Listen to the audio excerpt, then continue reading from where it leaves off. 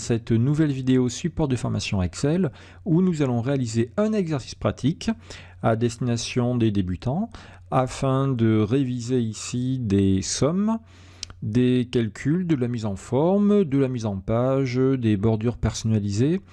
On va également aborder les fonctions si, la liste déroulante et la mise en page. Et ce sera déjà pas mal pour cet exercice de révision. Alors, il s'agit d'une révision.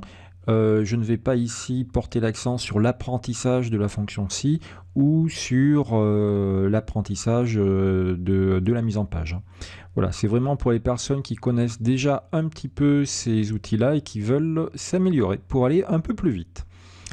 Alors, voici l'exercice. Vous avez ici une note de frais. Et vous pourrez bien sûr télécharger ce document dans un lien sous la vidéo, dans sa description, avec le corrigé qui sera juste à côté. Donc voici cette note de frais, c'est une photo, hein, c'est une image, une capture d'écran de ce que l'on doit approximativement réaliser. Avec les consignes qui sont ici à côté. C'est une note de frais pour des agents de sécurité par exemple. Chaque mois, les agents transmettent une feuille de frais. Malheureusement, l'original a été perdu. Catastrophe. Et on vous demande de recréer cette feuille de frais à partir d'un exemplaire de février. Hein. Voilà, on a sous le coude un exemplaire de février 2018 avec les consignes suivantes. On peut faire une liste déroulante pour le choix du département. Ici, dans département, on a ici Dordogne, mais il faudrait faire une liste déroulante pour, au choix, prendre l'un de ces départements. Autre contrainte, le prix du repas sera plafonné à 14 €. Qu'est-ce que ça veut dire? Eh bien ici dans la colonne repas, quand mon repas m'a coûté 12,50 €, eh bien dans la note de frais je retiens 12,50 €. Par contre s'il m'a coûté plus de 14 € comme ici, 21 €, il n'y a que 14 € qui sera remboursé à ici Achille Talon. Et l'annuité, même principe, elle sera plafonnée à 75 €. Lorsque ma nuitée me coûte moins de 75 €, intégralement remboursée. Par contre ici, l'annuité m'a coûté 82 €, eh bien je ne serai remboursé que 75 €. Nous avons également une colonne ici d'hiver, une colonne totale. Pourquoi il y a du bleu? Car ce sont les cellules qui possèdent des calculs.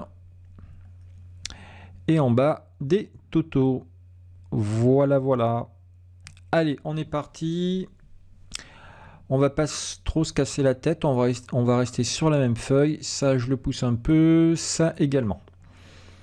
Je commence ici. Oh, quoi que je peux le laisser ici pour l'instant, c'est pas grave.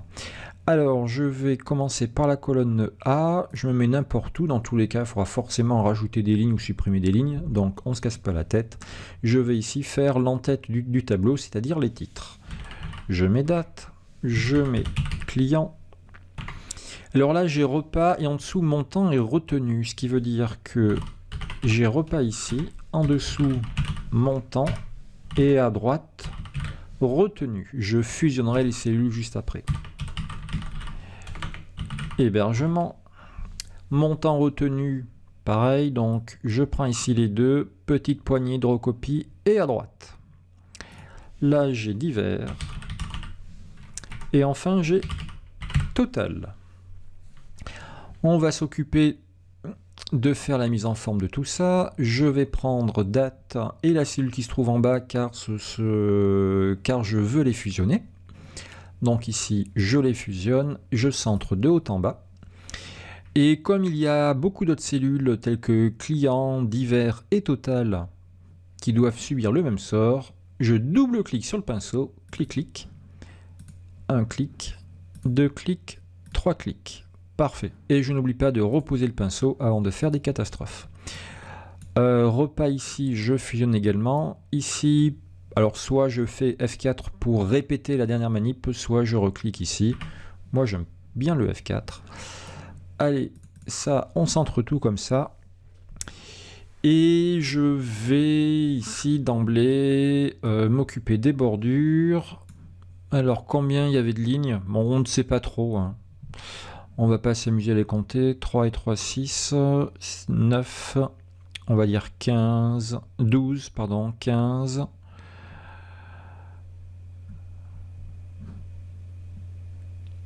19, 21, allez, on va dire 24. 24 lignes à la louche. Donc là, je suis sur la ligne 6. Si je prends 24 lignes, ça fait 30. Hop, voilà. Ah, flûte, j'avais oublié total, c'est pas grave. Hop, je prends toutes les bordures ici. Je sélectionne ça, un petit coup d'F4, ça me recommence toutes les bordures. Parfait. Je vais m'occuper ensuite de ce qu'il y a au-dessus. Au-dessus, il me faut note de frais.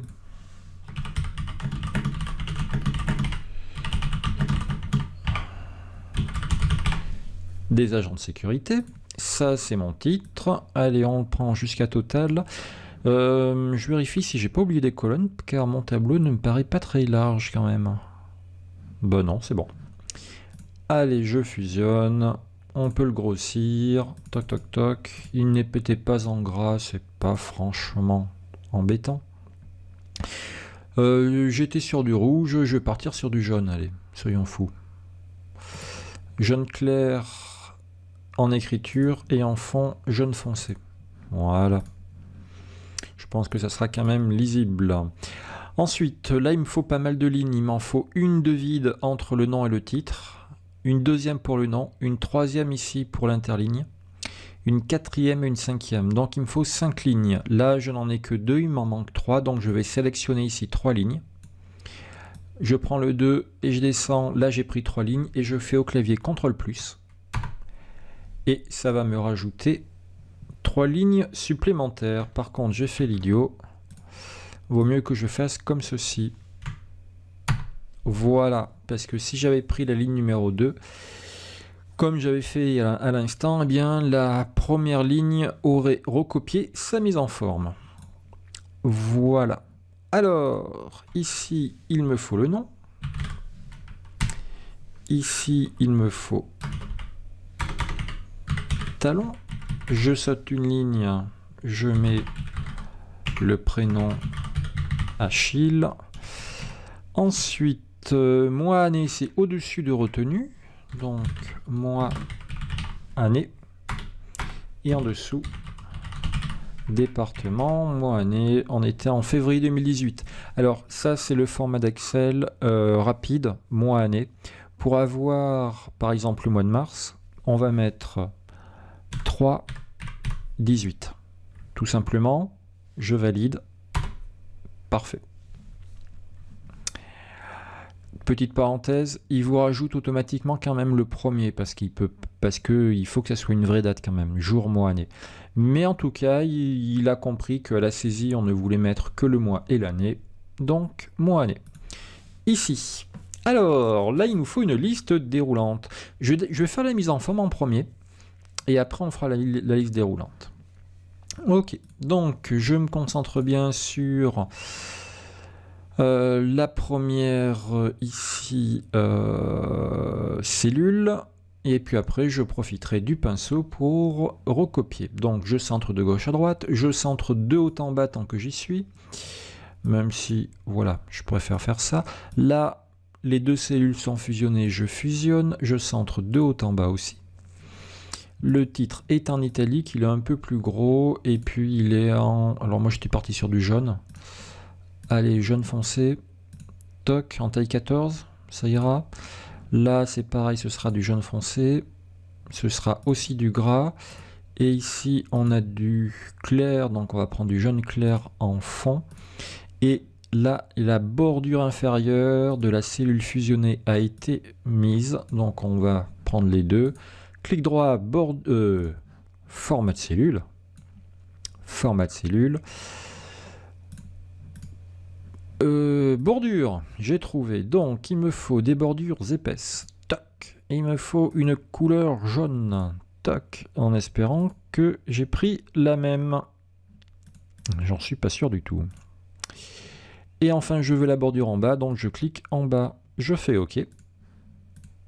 Parfait, c'était la bonne couleur de cellule, la bonne couleur de bordure. Une fois que j'ai fait ça, je prends ça et je veux l'appliquer sur le prénom, mois, année, département.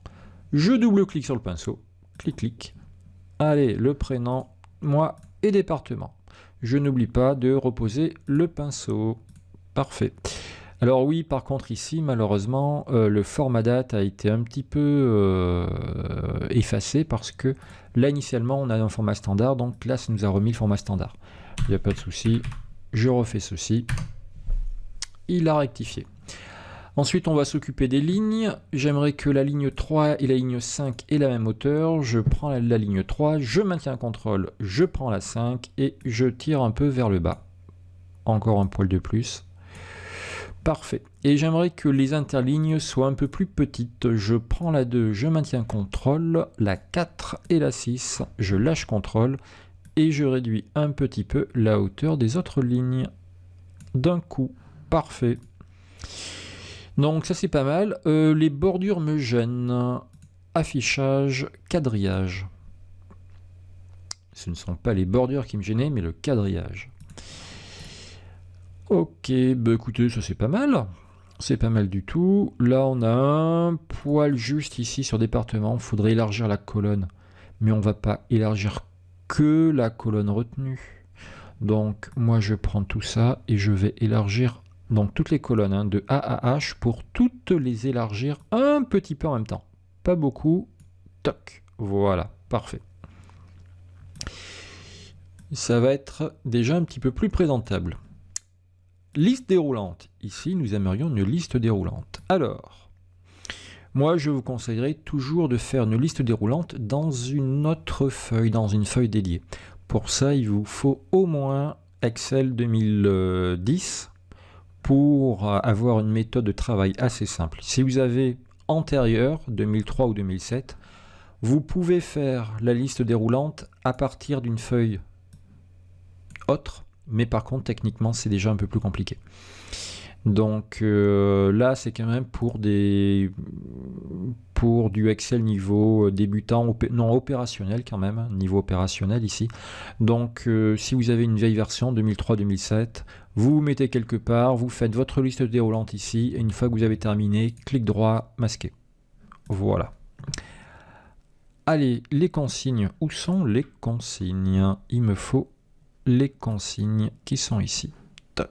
Alors, liste déroulante Charente, Charente-Maritime, etc., etc. Allez, je prends tout ça. Je fais CTRL-C. Je vais sur une nouvelle feuille. Et ici, je fais CTRL-V. Alors, l'écriture initiale était en blanc. Là, ça m'a collé aussi l'écriture en blanc. Donc, je lui mets un petit coup de couleur automatique. Clic, clic, et parfait. Allez, liste déroulante. Ça, je vais le descendre un peu, parce que sinon, je n'y verrai plus rien. Ici, liste déroulante, données, validation. Validation des données. Parfait. On veut autoriser simplement une liste. Quick. Et la source de la liste, je change de feuille. Et je prends tout ça. Voilà. Si par contre on imagine qu'il y a éventuellement d'autres départements qui peuvent être rajoutés, la méthode la plus rapide, c'est faire, hop, prendre toute la colonne. C'est pas très élégant ni esthétique au final, mais en tout cas c'est fonctionnel.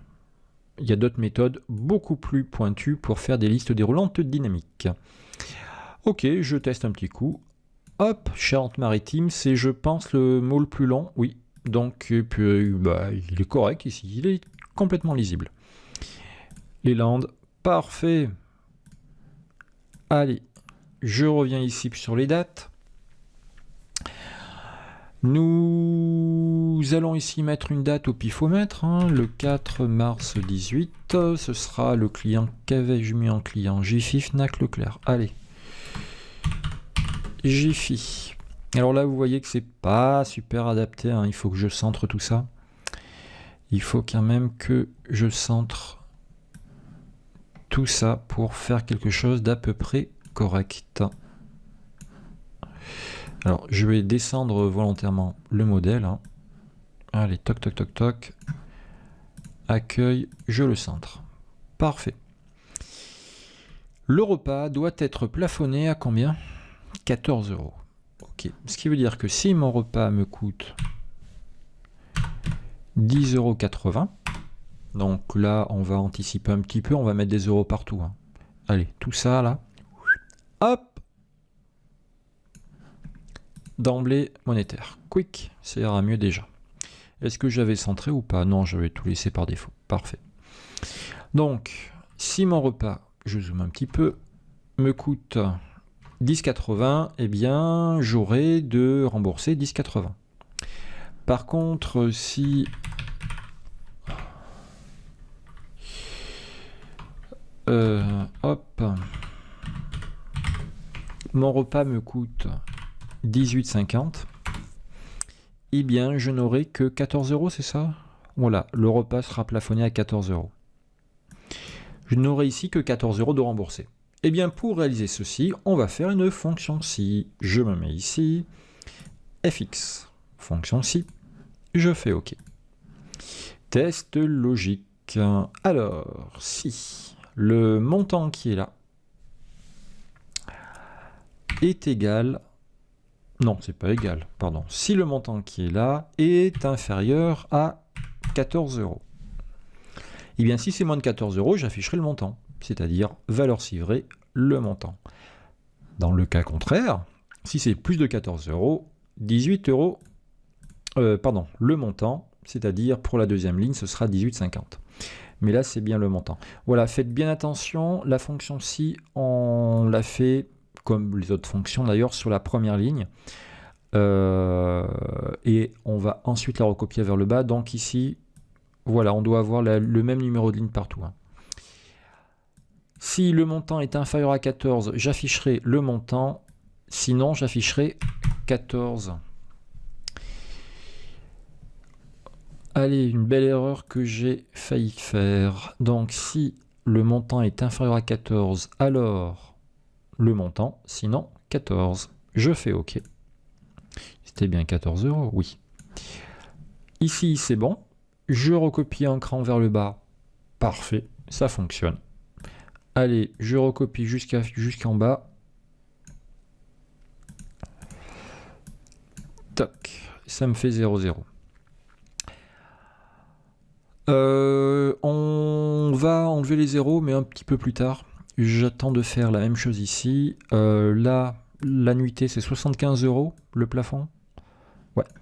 Donc, ici, si j'ai fait une nuitée à 67 €, eh bien, j'aurai bien 67. Et si j'ai fait une nuitée à 94 €, il n'y en aura que 75 de remboursés.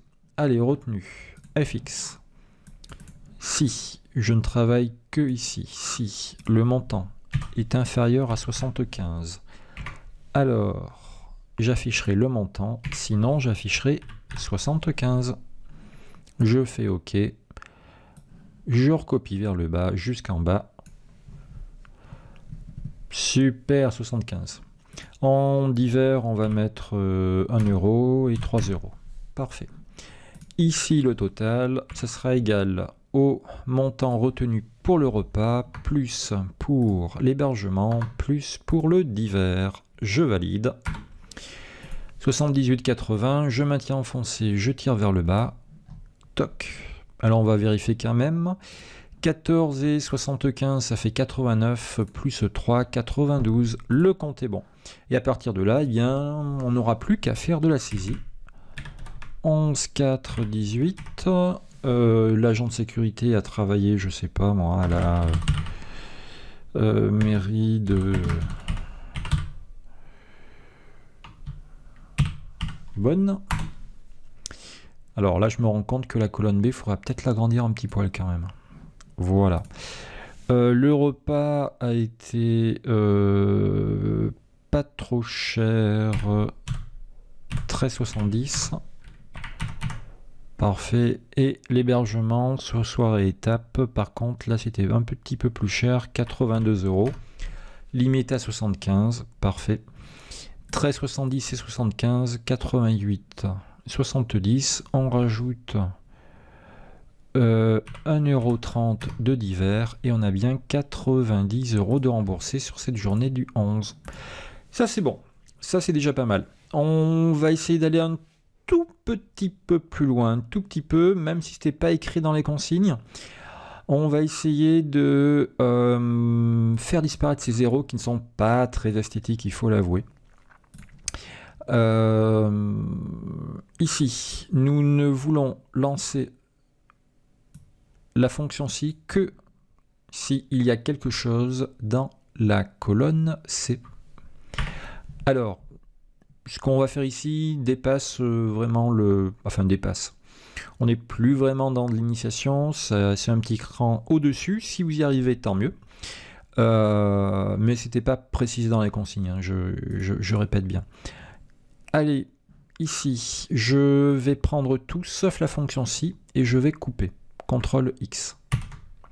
Et je vais relancer une nouvelle fonction ci. Et le but, c'est de ne rien avoir si il n'y a pas de montant de saisie. Donc si la cellule à côté est vide, et vide, ça se dit égal guillemets guillemets. Si la cellule à côté est vide, alors ben je veux du vide, guillemets guillemets. Dans le cas contraire, s'il n'y a pas de vide, il y a une valeur. Dans ce cas-là, je lance la première formule ci, en faisant CTRL V, c'est-à-dire coller. Parfait, je fais OK, je tire vers le bas. J'ai loupé le bas. OK, allez, un petit test. Je mets 11, ça met 11. Je mets 31, ça met 14. Ici, même principe. Je prends ça, je prends tout, sauf le égal. Et je coupe. CTRL X, FX. Fonction ci. Je travaille pour la première ligne. Si mon montant est vide, égal, guillemets, guillemets, alors du vide. Sinon, je lance la première fonction. Toc.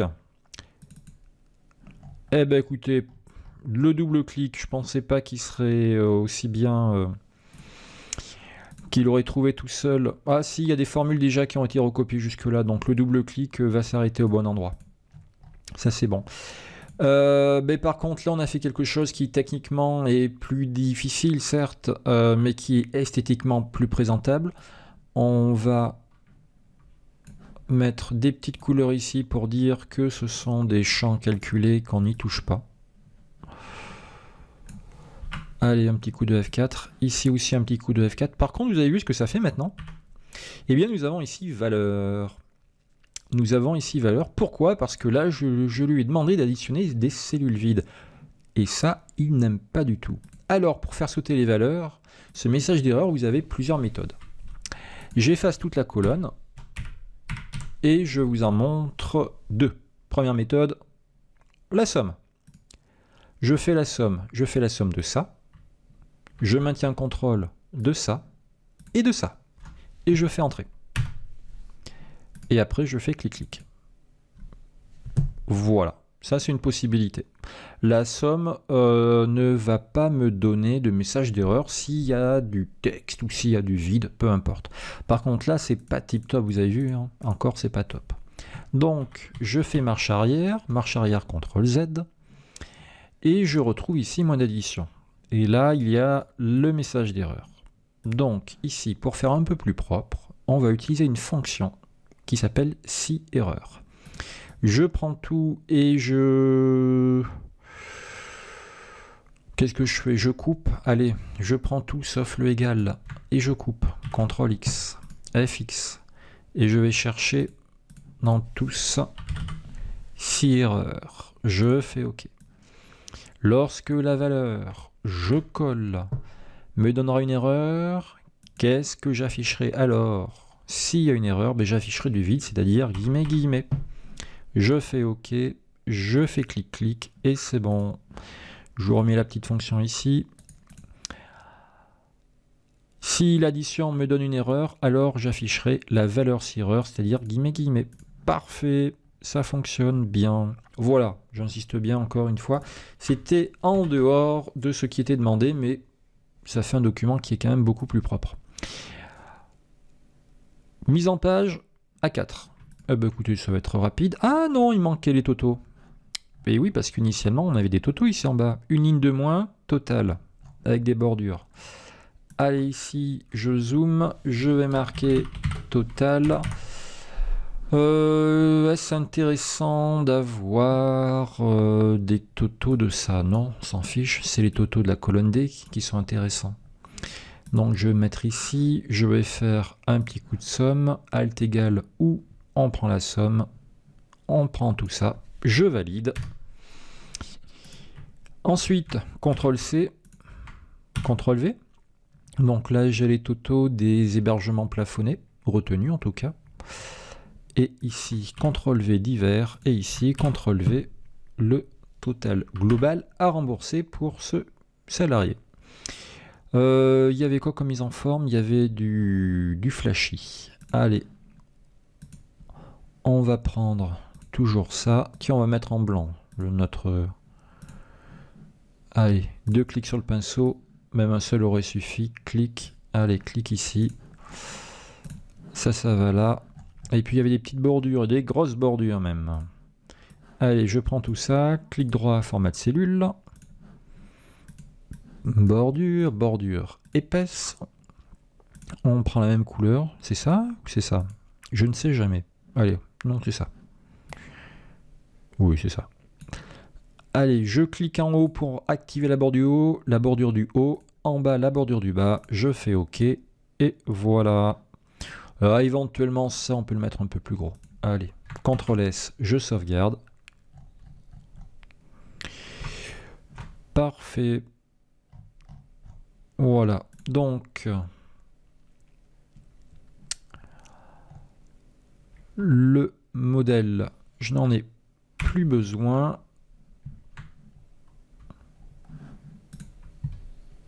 Ouais, je vais le laisser là quand même, parce que j'en aurai besoin tout à l'heure. Ok. On va enlever tout ça de la page de notre page, parce que ça va nous gêner pour faire la mise en page en fait.